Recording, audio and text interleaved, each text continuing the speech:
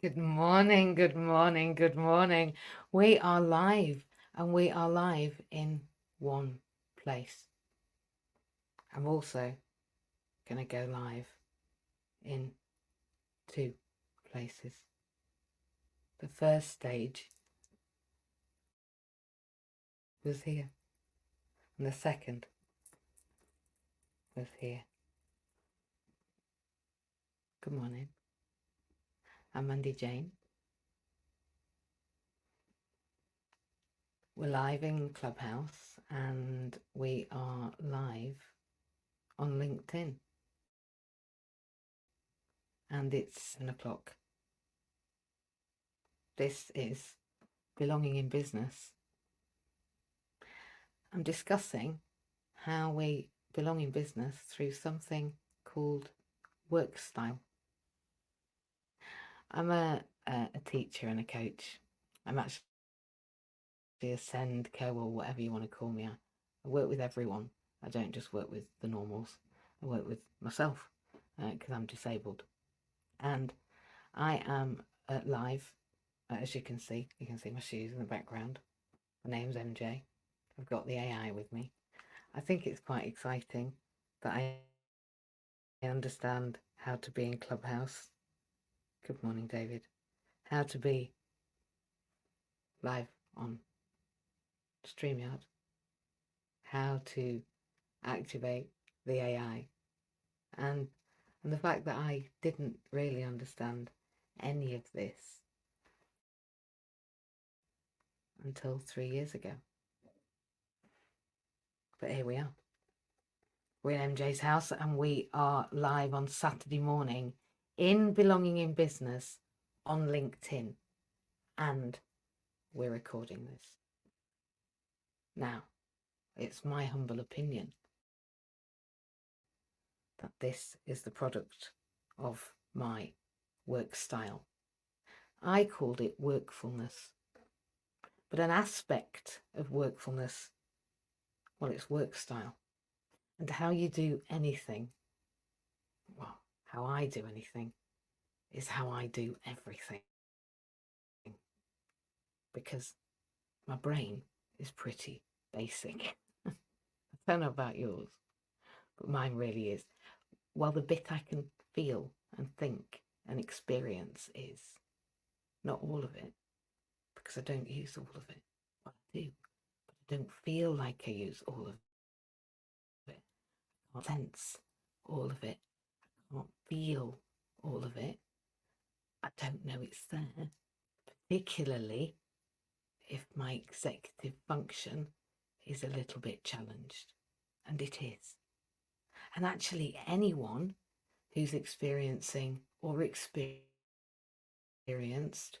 or has an understanding of, and so they've experienced, right? Because that's what experiencing is, a mental health problem, which might be being depressed, might be having a challenge with his sleep, it might be bad dreams. Now, bad dreams are normal. That's how we process things. But yeah, having a mental health problem, that's quite discombobulating. And from that, even that, it's a massive thing, is having a mental health problem, because actually we all have one. This idea that one person's mentally ill and another person isn't is complete, well, it's just rubbish. There's no two ways about it. I'd like to beat round the bush, but there's really not a lot of point, because we all have mental challenges. We're born, right? That's a mental challenge, having your head squashed down that. Just saying, right? We're born with, we've just had our brain squeezed into our skull. It's quite traumatic. In fact, a lot of my therapy helps people uncover how that was sometimes. Because we know, we don't just know because of the language that we talk. We don't just know because of the thoughts that we have. We just know. She knows, You've heard that phrase. Yes, we do. And when we meet somebody, we know, actually. We know. I met somebody yesterday and I knew. I'm going to talk about that in a minute. I am really, really grateful to everyone for being here. But most of all, I'm grateful to me for the action steps that I've been taking forever and ever and ever. I'm Mandy-Jayne, I'm 53. I am in Cardiff, and 3 years ago I moved to Cardiff because I had to change my work style. I died. I had quite a large organisation before COVID. I had 25 staff in England, Wales, Scotland, Ireland, Northern Ireland, and all 25 of them were pretty fantastic. They've been hand selected, and then they also work with lots of support workers. And then I died during COVID. COVID I hadn't reckoned for. I hadn't, not in my front brain. I hadn't planned as if the end of the world was nigh. I hadn't planned as if everybody would be locked inside. I certainly hadn't planned for virtual reality, or for the world of the internet, or for the connectivity that we now have, because we didn't know, right? Nobody predicted, not even the government, they reckon. And who knows, whatever your belief about all of that is, that's where I was. And at that point, my 3 kids, the girl I call my sister, who's now our finance manager, there you go. Long story short there. 25 years I've known a lady that's our finance manager. She's watched my journey for 25 years. I have somebody standing in my corner that stands the test of time and shows what I do in the long run. What is my work style? How you do everything is how you do anything. So she's watched me for 25 years, and I had to change my work style. My work style had been, I was a gift. Nah, that's what people said about me. They said that I'd do anything for anybody. That I, pretty much they could call me and I'd be there. That if you just said, yeah, how can I help you? I'd be there. I'd be there, helping you to find out and then helping you to enact it. And that hasn't changed. Ask anyone. Because how you do anything is how you do everything.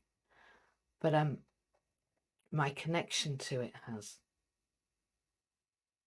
Not because there isn't any connection. I'm not saying if it's running through your head now, oh yeah, you can imagine. I can imagine that'd be awful. You can't go helping everybody because that'd be awful. Like you drain yourself. Like there'd be nothing left. Well, actually, you're wrong. You're wrong. You couldn't be more wrong. For me, that's not what happened. Because energy flows through me, not to me. So no, it's just that I did it the wrong way up. Energy flows through me, right? So where do I draw it from and to? Well, I couldn't draw it through me except if it wasn't from me, because there's not enough for everybody, is there? There just isn't. And I was asked this week where I got it from, and I get it not from me, because I'm not enough. I can't be enough. There's only one of me. Listen, you've seen how many people there are. Look, you can see it's a massive, this world. I know. I tried to cover it in purple the other night and I only got as far as the UK. And when I woke up and I said to Trey, who happens to live in another flat that I used to live in, I said to him, hey, have you seen what I did last night? It's incredible. And he went, no. Oh, yeah, he's blind. It's true. He is. He actually is. Nobody believes me, but he is. He's blind. I'm like, great. I've covered the sky in purple and you can't even see it. God gives me a bestie, the most important person in my life. Well, no, there's lots of people that are most important in my life. And they're all to me now. Lives in my old flat, has the energy of where I lived. And he couldn't even look out the sky. Look out the window. He's got a massive window. Look out the window to see the sky, which was beautiful, let me say. And I totally believed that because I had done cacao and blue lotus ritual and done some imagineering and done that 10th dimensional quantum leaping that I've been learning how to do, that there I was, the person. And I woke up and I said to many, got as far as the UK, it's massive is the world. They reckon this dimensional, like quantum leaping's easy, but really it isn't. I only got round England, Ireland, Scotland, and Wales, and I got to the Outer Hebrides, but there's lots of little islands. There's lots. I felt like Peter Pan, but I think Tinkerbell was better at it than me. I'm not very good at spreading pixie dust yet, but I'm getting there. We're getting across the UK, and I'll show you how we're getting there. And I didn't know how far I was getting, and I didn't know how fast, and I didn't know how, and I couldn't imagineer it because I can only find in my experiencing about, well, a few percent of my brain. The rest of it is underneath the iceberg. If you know what an iceberg is, the tip of the iceberg, the bit that the boat crashes into. I'm not mentioning any boats or anything like. So yeah, the Titanic. That's an iceberg. Well, the Titanic wasn't. It did one. Well, so they say. Maybe it was planned. Who knows? Conspiracy theories are us. But that's an iceberg, and the tip of it is above the water, and the rest of it is beneath. And you know, that's our brain. Well, my brain. Well, your brain. But I only know the tip of the iceberg of my brain, and I'll show you how. Because 3 years ago, when I moved to Wales, and if you were here from the beginning of this room, then you'll know that 3 years ago I moved to Wales because I had to change my work style. And if you're on LinkedIn, you might be able to see that I've got a book, or maybe you can only hear me. To be honest, I don't know, can't remember. But you're definitely going to see me at 7 o'clock, because at 8 o'clock, sorry, because I'm going to post this. The reason I'm going to post it live restreamed is because some people aren't up on a Saturday and they don't want it at 7, and some people do because they have breakfast, don't you, due at 8. And you know, I'll be honest, I'm coaching. Teaching at 9, I'm coaching at 10. I'm coaching today. I'm fibbing. I'm having my haircut at 9. That's my day. I'm having my haircut at 9. It's looking a bit bushy, isn't it? I'm having my haircut at 9 because I've got an awards ceremony next weekend, and then I'm coaching. So I thought, well, why not? Well, why not accommodate everybody? Huh? And yesterday I had a day where I was helping my PA settle into her evolving role, and it really is, and she's very strong, but she's very scared, and I understand it. And we had an appointment at 11 o'clock, although I thought it was 1 because I'm dyscalculic, and that's why I've got a PA. So I asked her to ring the lady called Sam, who was part of the gallery that I went and did an event in near my birthday in March. Some of you came. And when I went to do that event, oh, she rang Sam, and I said, oh, we forgot at 11 to 11:45. We rang Sam, and she said, oh, he's here. He got here at 11 o'clock. I'll tell you who he is in a minute. And if you can see me in LinkedIn, I've got the book in my hand. When I was, yeah, so I said, oh no, we're late. I didn't quite say that. I said, right, can I, hang on, I'm here, are you there? I'm coming, apologise, I'm on my way. She said, how far are you? I said, well, I'm round the corner because I live round the corner from the gallery. She said, oh, he's here, don't worry. He'd come all the way from Penarth, which is where our First Minister lives, by the way. A new one, Vaughan. I've not met him yet. And then so me and Zen went round there, and she's all right with that too, because she's quite happy. She's on the telly as our Zen. She's on all sorts, but she's on Casualty and all sorts of things. So she likes the television. So she's all right being on the red carpet and with the camera and all that malarkey. She's all right with it, which is good. So we went round, and he was there. Was the artist of the picture I bought. Now, this picture I found in the gallery 3 years ago. It was hanging. As soon as I went in, it screamed at me. I've got a client who collects, sells, buys Georgian jewellery, and there's a piece of jewellery that she has that screams at me so loud, and I only met it about 3 months ago, but I need it, and it needs to come to my house. It needs to be with me, next to me. And this picture did the same. It screamed at me, and now, 3 years ago, I didn't have the money for that picture. I didn't. But it was mine. And when I went in, I just went and I touched it and I said, I need this. I don't know the history of it, but it screams at me, and the history of it screams at me so loudly I can't breathe. The weight of it is beyond me. And it disappeared. I went back into the gallery the next time, and there was a dark angel hanging in its way. And that dark angel is on my wall just behind me. I've just moved my camera. She's at the top there, next to the boat and the wheel. So I bought the Dark Angel. The reason I bought the Dark Angel is because she screamed at me as well. And she was painted by an artist who was sitting on the stage looking over Cardiff Bay as there was a large performance. And she painted the angel that she saw over the bay in the sky. And that is her. Oh, you can hear me. You can't hear me? Must be my signal. Oh, that's all right. So thanks for letting me know. Thanks for letting me know, James. Thanks for letting me know. Yeah, I've got a poor connection, so bear with me. We are live on LinkedIn as well. You talked about the weight of that piece of artwork being beyond you. Yeah. That was the last thing. That's it. I did. Thank you, James. Indeed. So it was beyond me. You're right. So I bought the angel instead, and she began her magic. The dark part of me, the bit of me, the shadow part, the part I have to uncover, unearth, expose, create, let go of, lean into, and that was 3 years. So I've had the angel now about 2 years, because it took me a year to earn the angel. Because when I got to Wales, I had to get a job. And the job took 20 months to get some help for, because access to work were taking 20 months. And in that 20 months, I decided to start a business because I thought access to work might come quicker if I started a business, and by hook or by crook, I'd get the bloody help to go to work, by hook or by crook. And that's an interesting phrase that I've just used. And so I did. I got my access to work came through for work. They didn't know what to do with it, but I coached them through it and finally got something eventually, after screaming at everybody in the entire universe and feeling like I'd ruined my life. But I did. And to be honest, work had very little to do with it. In fact, I had to force them to sign things and explain what they were so they'd actually sign them, and ring them and ring them and ring them and ring them. And it caused me a great amount of stress. And then my second award came, and my second award, they were 1 day apart.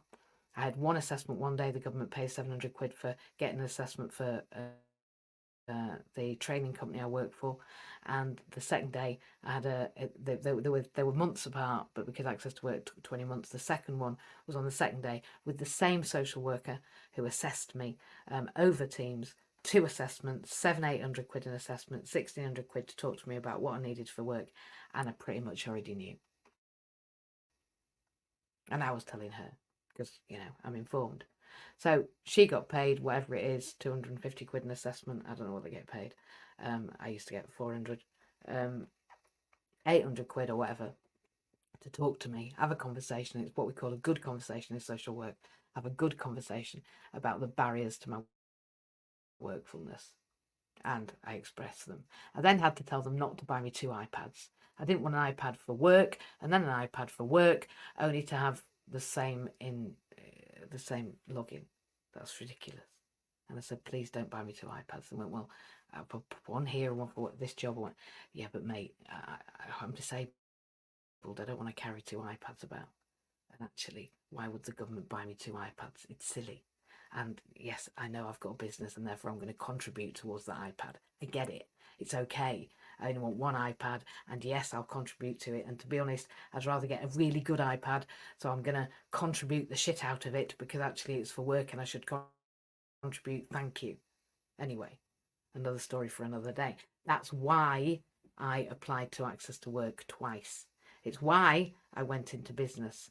It's why that client that got brought to me, who was brought to me only via a girl who rang me about a client who she was in therapy with, because we're psychotherapists, a fellow psychotherapist, Katie, who sent somebody to me who had a partner who was struggling with work.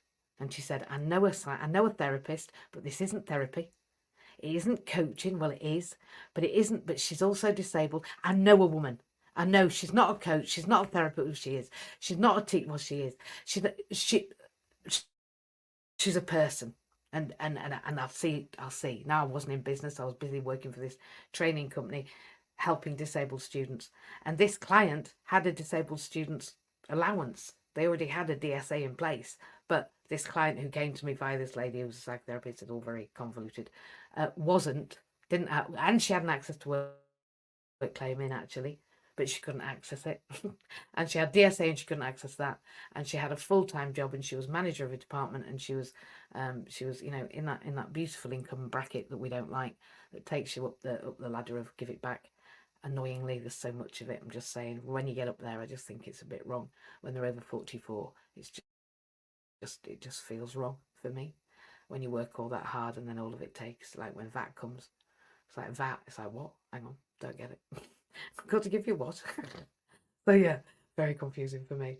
But I'm moving towards those things, and yeah, so that where we were. So then, so this was my first client, and the only reason that all of this began was trying to find my way through, trying to find how things connect, trying to use my skills, trying to find the way that I get there, trying to make a decision, trying to make a plan, working out what you do after you die, deciding what you do after you've got to sell everything. Remember, I was put into limbo basically because everything was selling or sold, or somebody was controlling it. I couldn't get hold of even the charity bank, even though there was a few grand in that. I couldn't do that because actually I was dead, and nobody wants to know about what's going on because you're dead. They just want to do their job. Liquidators and organisers. I didn't get liquidated, by the way. They just sold everything, obviously. And there's a gentleman in the audience actually that I rang very close to this just as I was moving to Wales, and so I've got this house and I think I've got to sell it from under the kids. I don't know what to do. Do I sell it to the kids? Do I sell it? Do I keep it? Do I keep paying them? What do I do? I don't know what to do. And actually he's helping me put a roof on it right now, which is pretty much what I'm doing with the business, putting a roof on it. And yesterday was this roof, because in this last 3 years I've been building and building and building and building and building and building and building and building, and I aren't going to stop. Noah didn't stop, did he? Not until the ark was built. You know, God didn't stop after 3 days and go, sod it, I'm going to do the mountains, can't be arsed. He just didn't, because it's not right. It's just not right. It's not cricket. I'm telling you. So I've kept going, and I kept my eye on the goal. And I'll tell you, I wrote myself a check. I wrote myself a check like that funny man did. I don't need somebody to be alongside me to be Dumb and Dumber, literally. I can be the whole thing. He wrote himself a check, and I thought, well, that seems a bit dumb. But maybe he's got something in it. And then I read about Napoleon Hill and he did a similar thing. I'm like, well, hang on, maybe I don't know. And then I remembered that many years ago I went to buy a building, one of them that was sold in Scarborough, and on there was a check from the Plaxton Small Buildings Company for £1 million.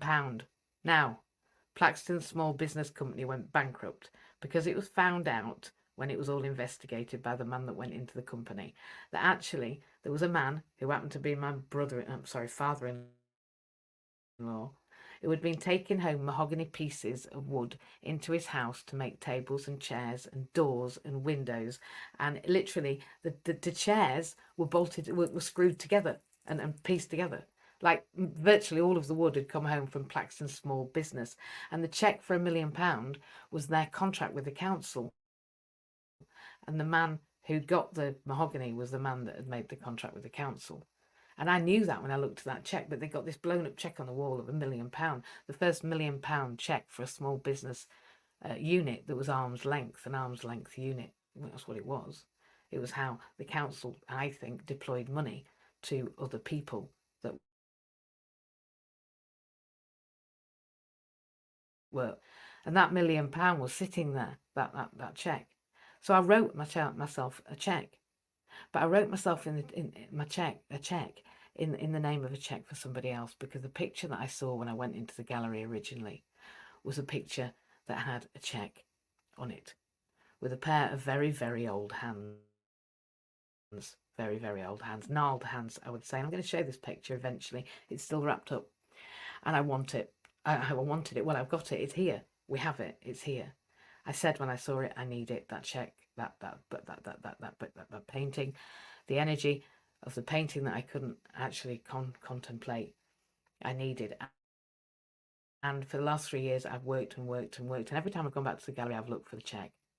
Now, when I went for my event on my birthday, the check was at the top of the stairs, literally hung at the top of the stairs, and the lift was broken. So there it was again, just out of my reach, just out of my reach. It's up the stairs, it's hung again. The artist's not here. It's still in the gallery. He hasn't sold it. It's just out of my reach. I said, what's it doing up there? Why is my check up there? I sent people to go and see it. Go and see the check. Go and see it. Go and see that paint. That painting's mine. I said, have you spoken to the artist yet? She said, no, I haven't. I said, could you talk to him? Didn't even know who it was. I hadn't looked him up. I didn't know his name. I just know his name's Ian at that point. She said, I'll contact Ian. I'll contact him. So she did. Now, yesterday was the appointment with Ian that I missed. I'm never late. Well, I say that. I'm hardly ever late. But the first time I went to that gallery, I was late for somebody called Simon, who's no longer in my life. But I was 45 minutes late. And yesterday, I was 45 minutes late. But, you know, it didn't matter. Because how you do anything is how you do everything. I got there and I apologised. And it turned out that Ian is a storytelling artist. But it turns out more than that. It turns out that Ian is a controversial artist who talks about politics, victims, police, and violence, actually. The violence against people. I'm just going to give you a little bit of a synopsis. Those that don't know who I am and what I do. I'm MJ and I'm in Wales because I'm trained to be a social worker, and I'm trained to be a social worker, but at the same time I'm also helping the UK through workfulness. And today we're talking about our work style, and how you do anything is how you do everything. And how I do everything is 100% all in with all of my heart space. Forget about the mechanics will take care of themselves. Don't get me wrong, I have to be organised. I'm going to go into that. You have to be, well, laser focused. But Ian Mackenzie, the storytelling artist, is a gentleman who has, let's see if I can tell you it. What does it say here? Because I don't want to put words in other people's mouths. Let me see if I can find something about him. Basically, he let me see. Okay, I don't know how to say the word. There we are. There we go. For the last 10 years of service, so he was a 30-year career as a police politicians. For his last 10 years of service, he was the officer in charge of the National Assembly for Wales Police Unit and has safeguarded politicians, prime ministers, and members of both foreign and UK foreign royal families, including the Queen. He's recently come full circle back to his talent, and he now brings a complete life of experiences and stories to art that evokes challenges and inspires people's emotions. This book is the book that he gave me yesterday, based on the picture that I bought. And the picture that I bought was a picture that he drew of the first £1 million cheque that was ever written in Wales. And it was written in front of hundreds of miners by the man that took the £1 million for the export of the coal and the gold and the whatever there else that they raped from Wales, out of Wales, for his first £1 million. So capitalism was born here, and that cheque is the blood of the nation. I bought that because that's what I'm doing. All right, I am representing the blood of the nation. And when I am part of the Senate, and I've been part of Equal Power, Equal Voice, and I want to thank everyone so far for being on this journey with me.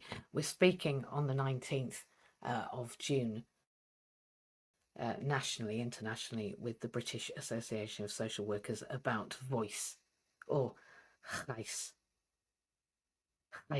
in Welsh.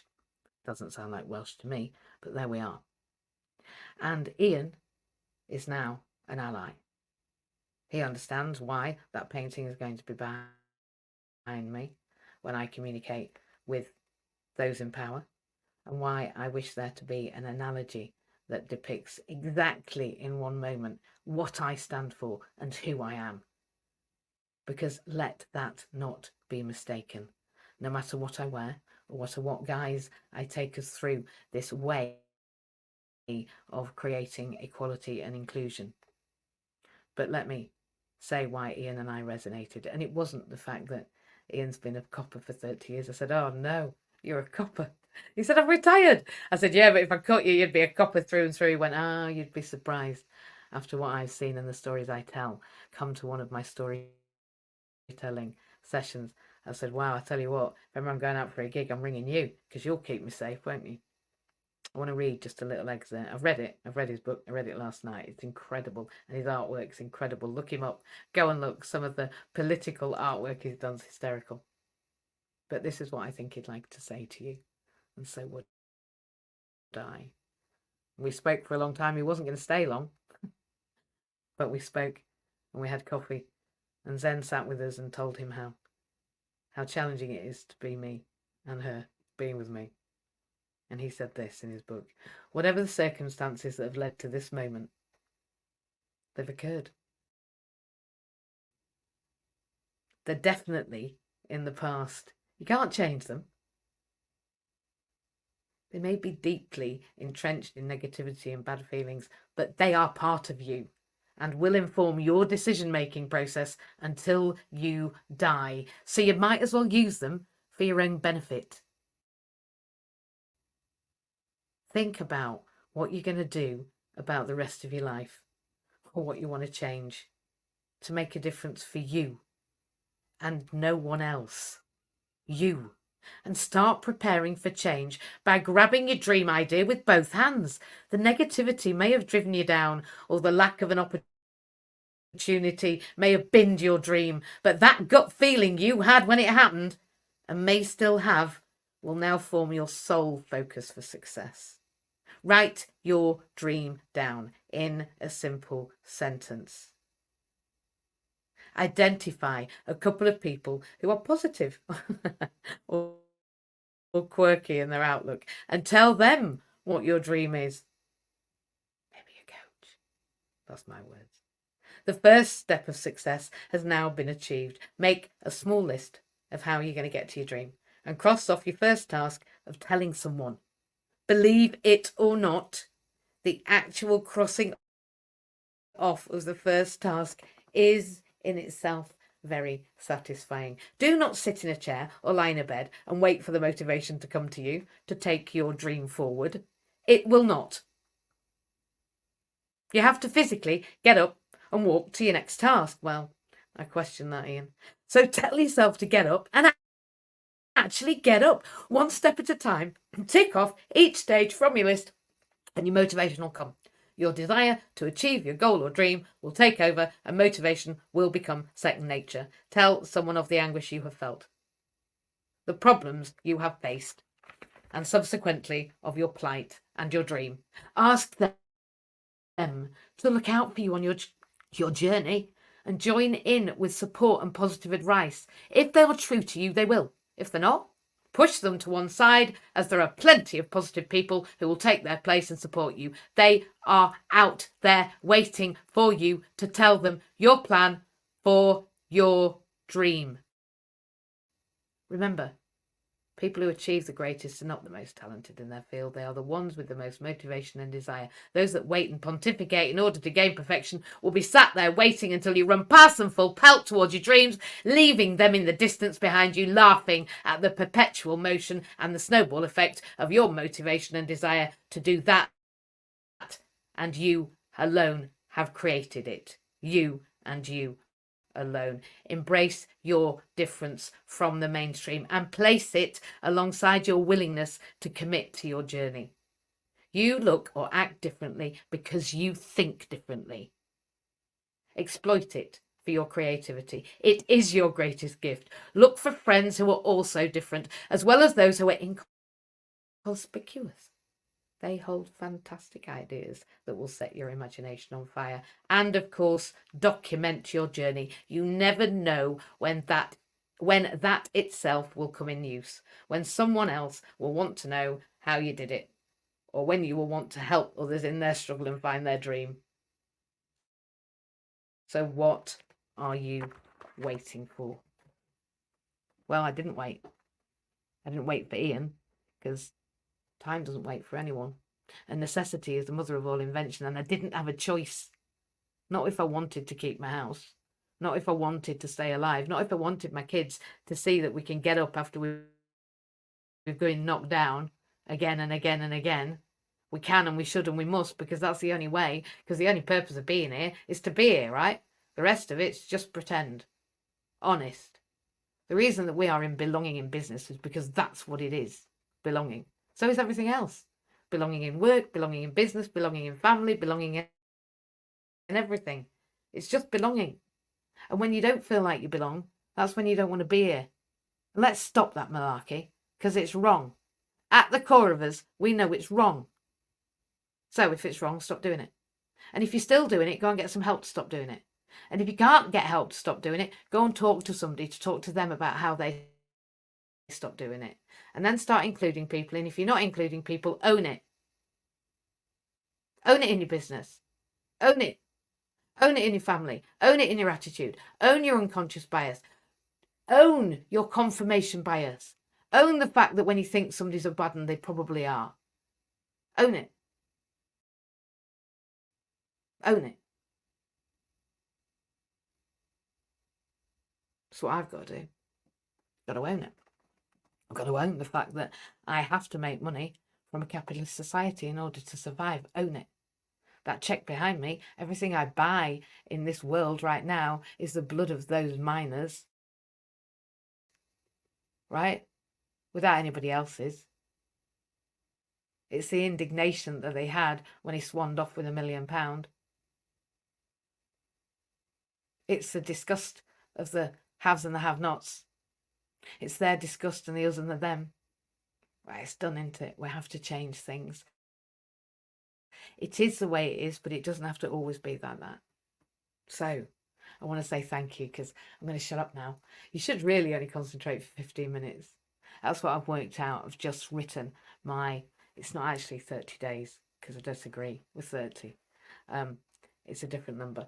But I've just written the parts of the program to create, well, what I found out, which is the recipe to my success. It might not be the recipe to yours, because your recipe is yours.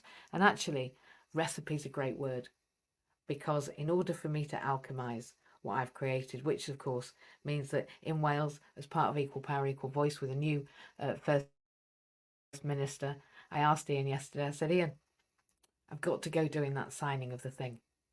What do I do? Because it's the only question I've got for you. As an international terrorist management person, human, boss, police person, boss of the Welsh Assembly, police boss. What the hell do you do about the Official Secrets Act? Like, what do you do? Like, I don't know whether I'm ready. Because what happens when it all is terrible? And he said, well, have a look. Actually, if I tell you something and then you go and tell somebody, then everybody gets put in prison. So I reckon that really we just keep going. And if we all go to prison, then at least I can teach you art and we can paint until the end. So either way, you know, it is what it is. He said, when I first signed it, they said 2 years. And then they changed it, and then they changed it. And when I finally left, they said for the rest of your life. So really, my stories are with me until the day I die. And what people choose to do about those stories is up to them. But if I tell you, you're complicit. So you tell anyone, like I'm doing right now, and you'll go to prison for breaking the Official Secrets Act. So yeah, just be mindful. I was like, yes. I think that seeing as he knows Vaughan, I said, what do you think of Vaughan? I've not met him yet. And he went, do you know what? I met him first in 1989. And a mate of mine said to him, Vaughan, we both said, you're going to be First Minister. And he went, nah. He said, but he is. And we knew then. He's a lovely man. And you wait and meet him, because you and him, you're going to get on. Like, yeah, he's a lovely man. I didn't think he said we were going to get on. He said I'd get on with him. But I think that was what he alluded to. I'm looking forward to it. I've never met Vaughan. I said the only thing I know about him is that he's the first black minister. He's just joined, and he lives up the road from me in Penarth. And then I met Ian. So I think that the right people are aligning. I think the right spaces are understanding. And I think we're going to Basra and not Basra, as Alexia called it last year. We're not going to Basra. We went to Basra last year. This year it's turned to Basra, and that's the British Association of Social Workers. And what I'm fighting for this year is, first of all, free student membership for social workers, because we're skint, and literally we are. there's just no funding out there to help us, and placement's really hard as well. We don't get help. We don't get paid for the 200 days that we do for the local authority. We do that free of charge, which is, it's a lot of hours free of charge to become a social worker. So we have to do that. So I'd like student membership for BASWA, because it means then if the local authority don't act accordingly and the managerial system doesn't work perfectly, then at least the trainee social workers are covered. And they BASWA, they also join SWU, which is the Social Workers Union. I personally think they all ought to get in the same bed, but there we are.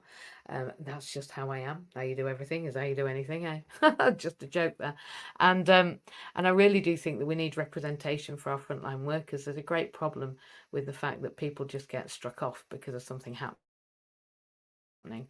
Not because anything really happened, just because everybody's being risk averse and making sure everybody's safe. And if somebody complains, everybody just gets sacked. That's basically what happens, and it doesn't work. So I think representation for everyone is really important. So meeting Ian Mackenzie is very important to me. And of course, I went and bought his painting. And he said that anyone that bought that painting, he wanted to meet, give them their book, and have a conversation about why they bought it. Because I think he understands the gravitas of everything that he wrote and put into the painting. It was years of research. Apparently, the cheque was not findable. You couldn't find a picture of the cheque. Lots of pictures, but not of that cheque. And he had to piece the information together. And because he couldn't get the cheque number, because even though I went to the bank, they didn't have a record of it, he actually put his own collar number on the cheque, which is interesting, isn't it? That his collar number is on the cheque of the blood of the nation, and then Ian Mackenzie himself signed it. He signed the depiction of the first £1 million cheque in Wales. And I've got to say that if you want a good read about some very, very funny happenings over the years in the Welsh Assembly, then the Storytelling Artist and the pictures he has of Trump and all of the rest that he's painted are just, well, outstanding. And he's the nicest man you could ever wish to meet. What a lovely man. And I don't think it's what you know. I think it's who you know. So I think today has been about our work style, because how you do anything is how you do everything. Now, yesterday I was late, incredibly unusual. I apologise for my tardiness, because it was, and for our misunderstanding. But it led on to a conversation about whether I was enough and whether it was okay not to get it right. And then I discovered he was a copper, and he knew all about not getting it right. He also knew that those that he was serving also didn't always get it right. And I think that's what we've got to understand, that how we do anything is how we do everything. Our work style, our way of working, and actually what work style alludes to is nothing to do with what I've talked about, but it's what I can go on to on Monday, which is it alludes to the way that we've had to evolve workfulness throughout and since COVID.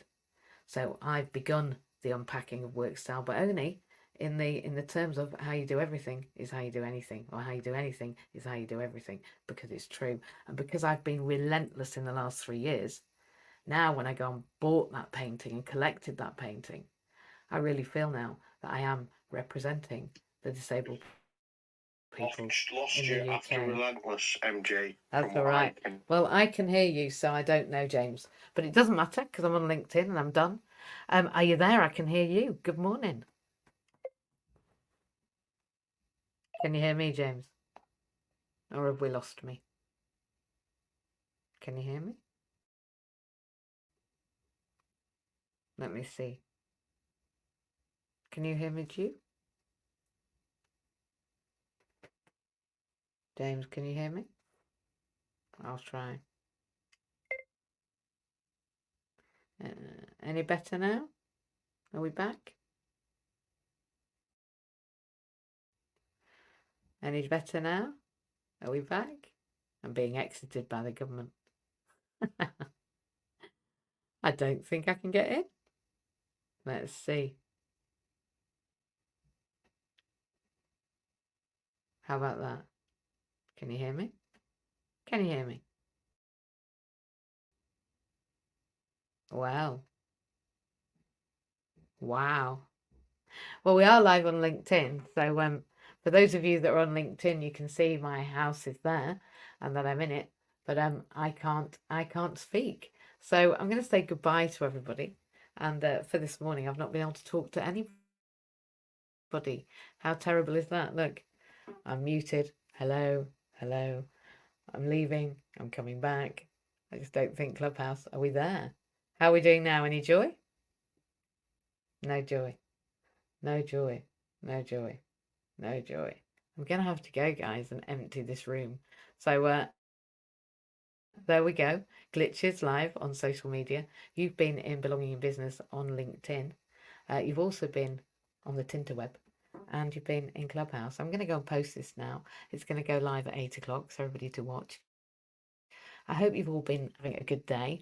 I guess already, if you've only just got up, well, hey, good morning, and maybe they'll start talking in a minute. I don't know, and for those that aren't, well, I've been MJ, and I've been contemplating out loud this journey for the last 3 years. I've got louder and prouder. I've shared more. I've got more natural at it. It's not something that comes naturally to me. I like talking, but I don't like presenting. I have to be me. I'm going to do some stand-up in a few weeks. I'm practicing right now. I'm going to be on, I think it's The Curve. There's some tickets in my Facebook. I'll be ramping up that kind of looking at that award ceremony in the next week because, in the next week because it's in a week. So I'm going to be sharing that, and at the same time, there we go. My connection. Let's see. How about that? There you go. You're back. Wow. I just carried on LinkedIn like here I was. There we are. That's incredible. We had some connection glitches. I think they were just downloading my information in order they can share it with the metaverse. That's what I think has been happening. My work style is everybody's work style. I think that work style is going to be a fantastic subject for Monday night, and we will be here Monday morning rather. Monday morning is Saturday, isn't it? You see, I've got 2 goes at this. Oh, it's going to be amazing by Monday night. You know, by Monday night, I create the greatest work because this has been pushed through the sieve of alchemy twice. Last night was the processing of Ian's book, and his road to controversial art is my road. And he talks in his road about the fact that he ends up ringing the chief and saying, "Do you want a painting?" And then the chief of police sits for him, and he talks about when he makes that phone call and how his belly's flipping. And of course, as he's progressed, his confidence has grown, and that's who I met yesterday: a confident, articulate, capable, alchemic, genuine, and incredibly intuitive human. He spoke words that were only in my mind before I even said them, and I think that's the alchemy of understanding the human condition.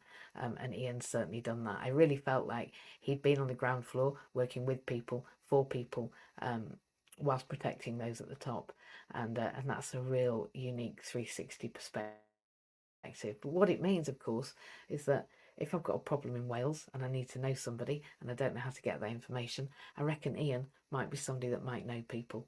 And I've just aligned with the British Association of Social Workers, so we're going to be able to talk freely with politicians, with practitioners, and then hopefully with the other frontline services. We're bringing it all together. I just can't see how we can do it any other way.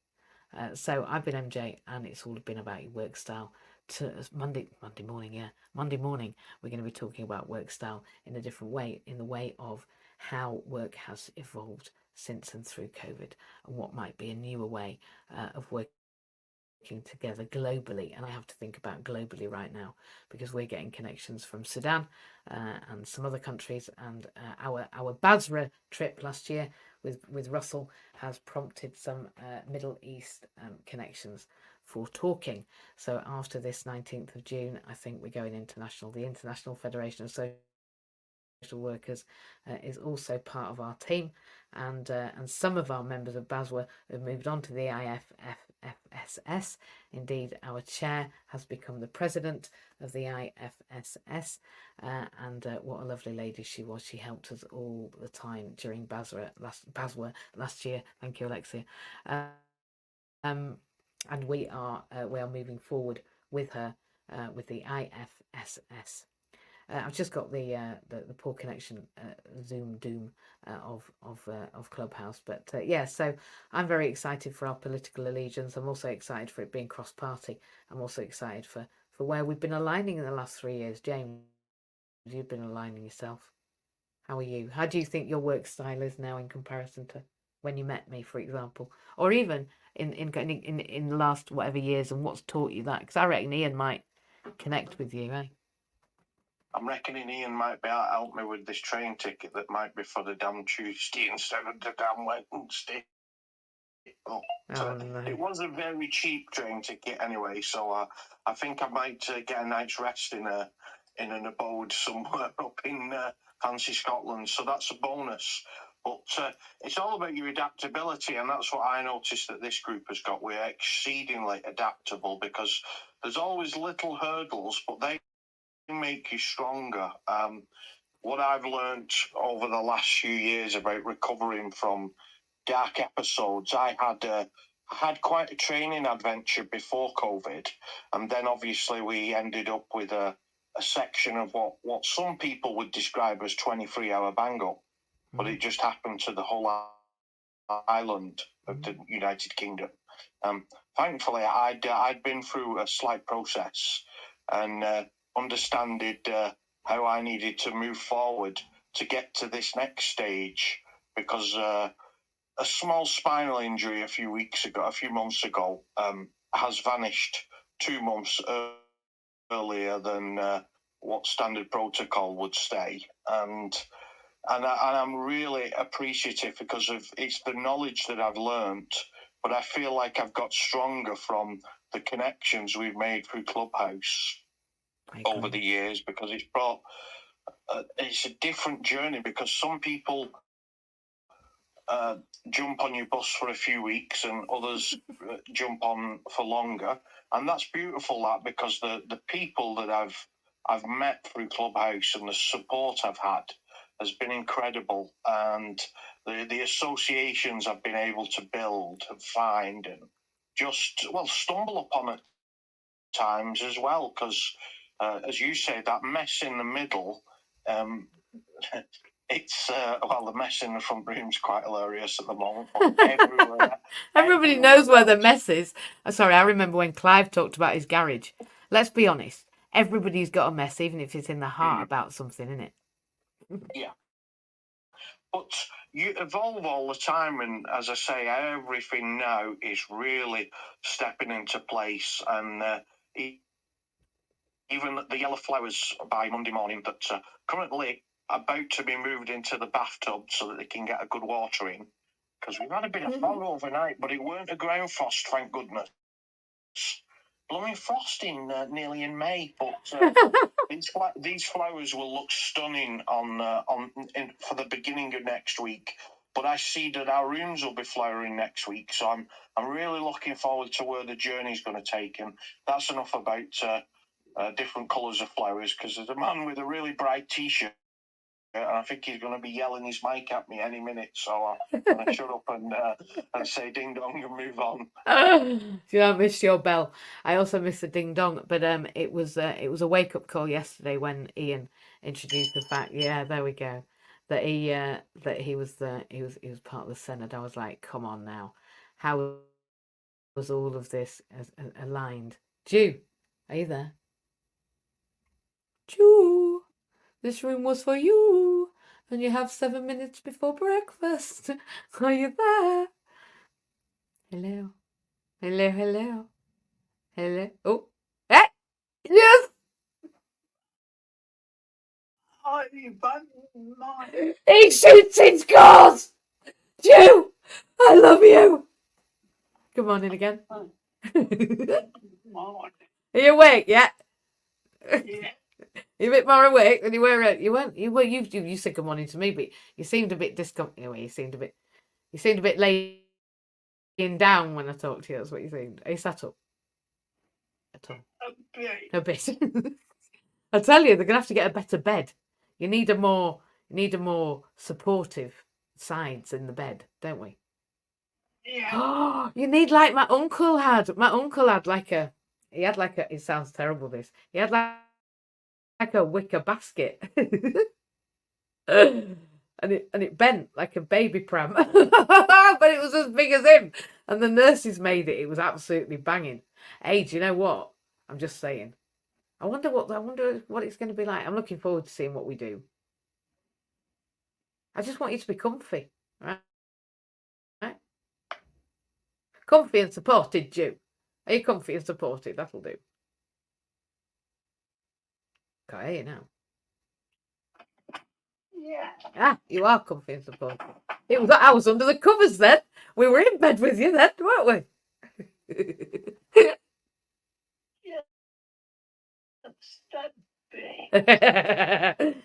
Every morning I'm in bed with you, and sometimes I'm on the toilet with you.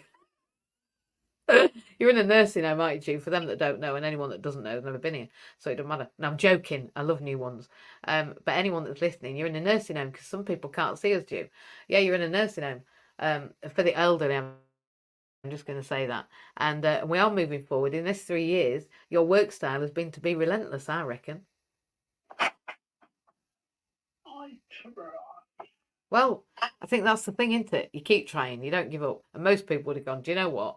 I'm in a nursing home. I was meant to be here 6 weeks. It's now 34 million years later. Everybody's abandoned me. And here I am on my own, sod it. I'm just going to drink loads of morphine. But you didn't. And I'm proud of you. Because drinking loads of morphine doesn't work. And even if you do die, it doesn't work. Just so you know, because I tried it. Like, for real, when I died during COVID, like, it doesn't work. You're still there. You can't get out. So there's no point of any of it, except we have to keep going, and you're relentless, just relentless. And we are nearing to it.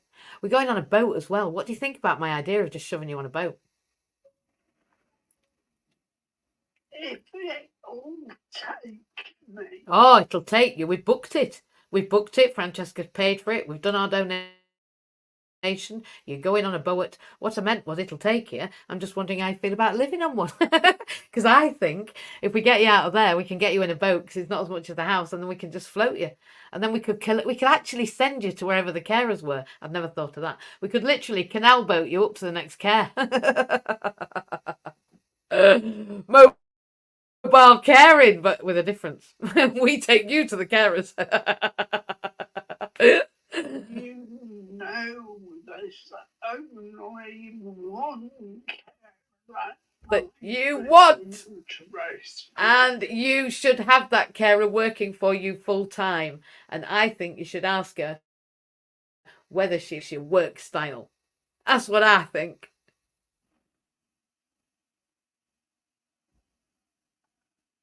I'll consider that. I would. Amongst other questions. I'll tell you what that would mean. It would mean that that particular person wouldn't have to care for you in that sense. They'd be able to care for you in a different sense. And they might be very useful at it because they are very well organised. And it would mean that then they could probably not have the other one. And therefore, you wouldn't have to wait until you left your care facility to be friends. Anyhow. We really shouldn't alchemize live on social media with God. It's, it's just, although that's what they call it, it's called prayer. I pray right now that everything that we've just imagineered may have an outcome for the greatest good. What do you reckon?